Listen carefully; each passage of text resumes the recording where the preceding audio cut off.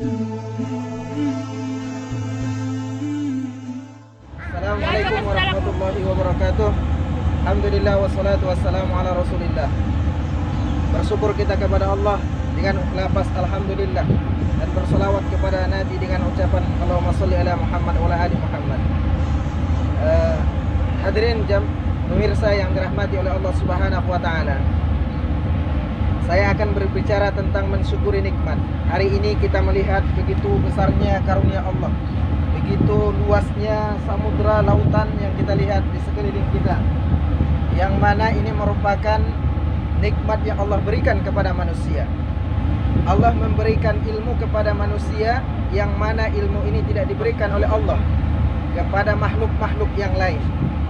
Sebagaimana Allah berfirman dalam surah Al-Baqarah, wa 'allama Adama al-asma'a kullaha tsumma 'aradahum 'alal malaikati faqala anbi'uni bi asma'iha ulai in kuntum shadiqin. Qalu subhanaka la 'ilma lana illa ma 'allamtana innaka antal alimul hakim. Pemirsa bening jiwa yang dirahmati oleh Allah Subhanahu wa taala, kita sebagai hamba maka sepatut dan sepantasnya lah kita mensyukuri nikmat yang Allah berikan. Nikmat yang begitu besar, yang mana Allah menundukkan lautan kepada manusia. Allah memberikan ilmu kepada manusia sehingga manusia bisa berlayar di lautan yang begitu luas. Hari ini kita melihat, kita mengendarai sebuah kapal yang besar, yang bukan hanya mengangkut manusia, bahkan kendaraan yang besar-besar juga diangkut dalam kapal ini. Maka kalau kita lihat nikmat yang Allah berikan ini, harus sepatutnya kita syukuri. Bagaimana cara mensyukuri nikmat yang Allah berikan?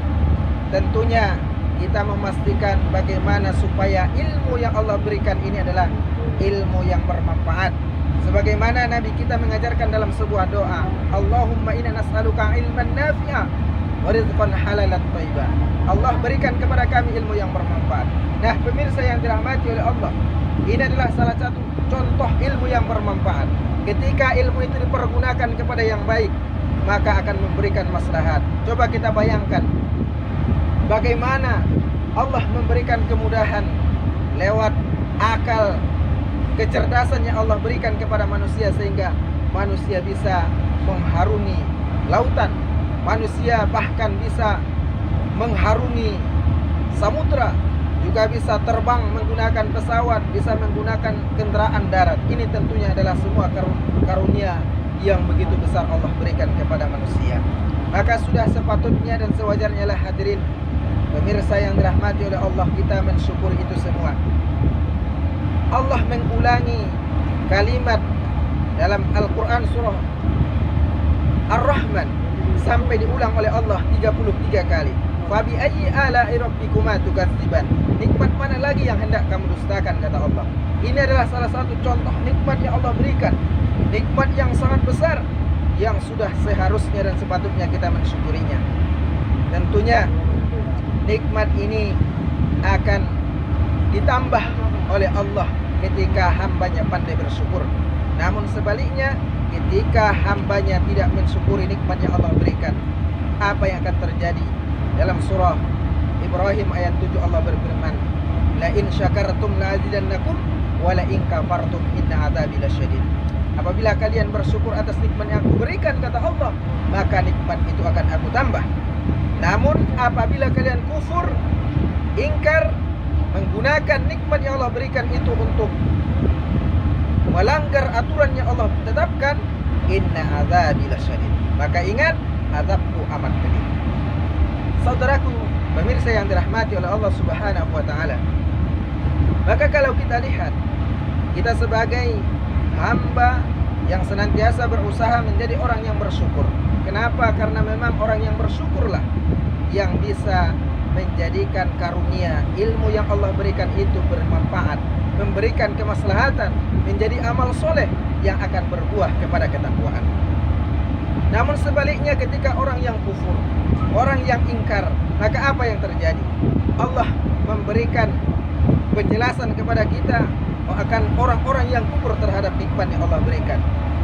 Yang sebagaimana Allah berfirman, Soharal fasadu fil barri wal bahri bima kasabat aydin nas. Terjadi kerusakan di darat dan di laut akibat daripada ulah tangan manusia.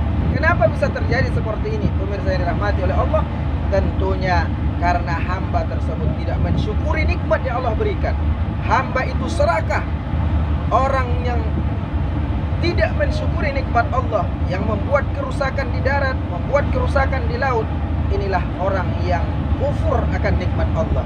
Inilah orang yang mengingkari nikmat Allah, yang serakah untuk kepentingan hawa nafsunya, yang hanya mementingkan kehendak hawa nafsunya. Padahal Allah Subhanahu wa taala sudah mengingatkan kita bahwa nafsu itu, kata Allah, senantiasa cenderung kepada yang buruk. Inna nafsa la'ammaratun bisu.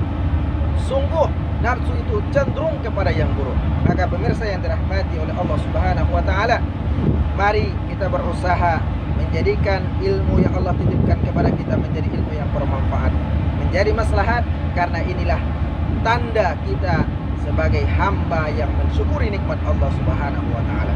Mudah-mudahan kita menjadi hamba-hamba yang bersyukur.